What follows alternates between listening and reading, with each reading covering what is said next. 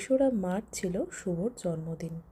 আর জন্মদিনের সবথেকে শুভ যেটাকে মনে করা হয় সেটা হচ্ছে মিষ্টি আর পায়েস। পায়েস তো বাড়িতেই বানিয়ে নিয়েছিলাম, কিন্তু মিষ্টি কেনার জন্য এবারে আমাদের বাড়ির কাছেই সিটি সেন্টারে একটা দোকানে গেছিলাম।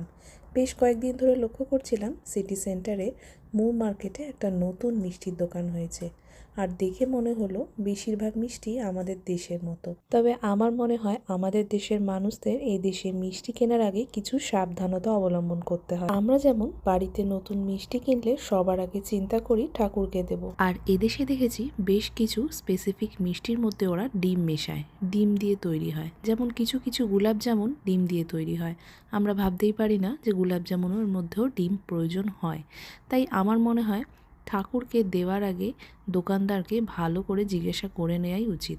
সেদিন গেছিলাম শুভর জন্য মিষ্টি কিনতে, আর সেটা ঠাকুরকে দেব বলে দোকান